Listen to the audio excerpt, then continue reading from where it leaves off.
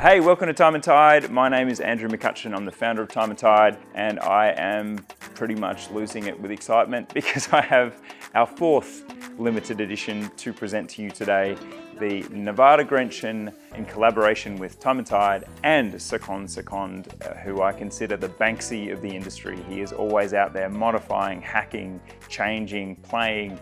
I love this guy's energy. I love what he does, and I have always loved the Nevada Grenchen Chronomaster. So there's a collision of three creative forces in this watch, and I'm pretty sure you're going to find it interesting at the very least, because each edition, and there are three, has a small seconds that is actually an emoji. And I have a torturous choice right now, which is to decide which one of the three I'm going to put on my wrist.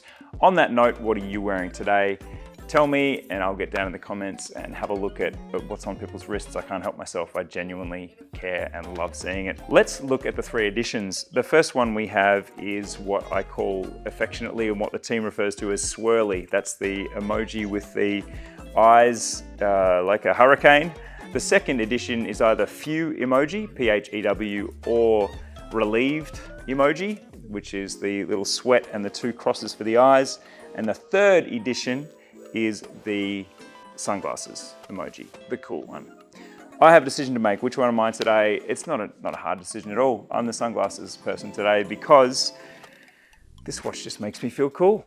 Now, the history of this brand is it was founded in Grenchen in 1926, and it produced watches right up until the quartz crisis in the 1970s, when unfortunately it was one of the 70% of Swiss brands that was claimed victim by that crisis. The brand was relaunched as recently as 2020, which is why this is coming in hot. Nevada Grenchen is back, and this is what it looks like now. Now, the name Nevada Grenchen may mean something to you, and that is most likely because of the Chronomaster Aviator Sea Diver, which was a chronograph released in 1963.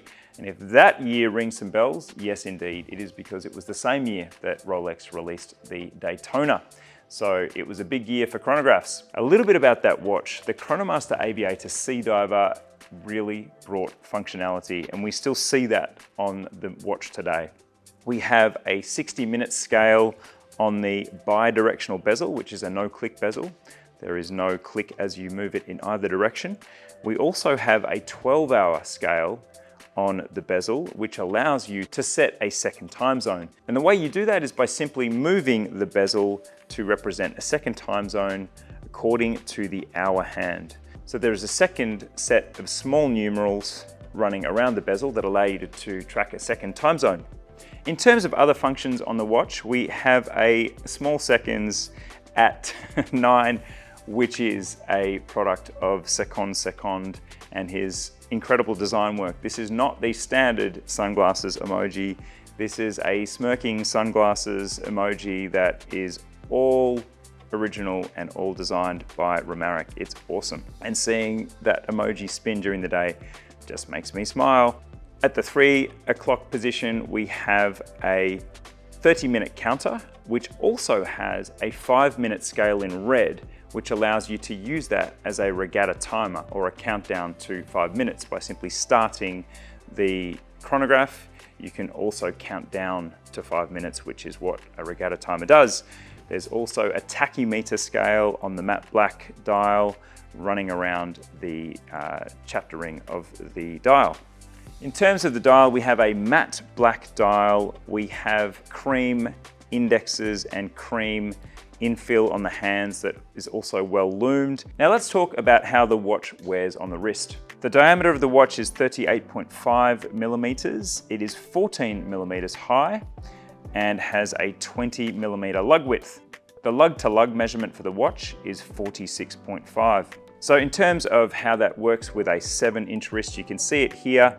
I would say it doesn't wear as high as you might expect from those specs, and that largely is a result of that really reasonable lug to lug of 46.5 millimeters. In terms of the movement, the original movement in the Chronomaster Aviator Sea Diver from 1963 was a Valjoux chronograph, hand wound. This is a hand wound Sellita SW510, which has a power reserve of 63 hours. For a watch that was considered an all-in-one watch at the time, and really it still is. You have the possibility of tracking a second time zone. You have the possibility of entering a regatta and knowing exactly when to launch. You have the possibility to be amused every minute of the day by that running small seconds of an emoji of your choice. There are 33 pieces of each emoji only, and one special other edition that will be announced soon.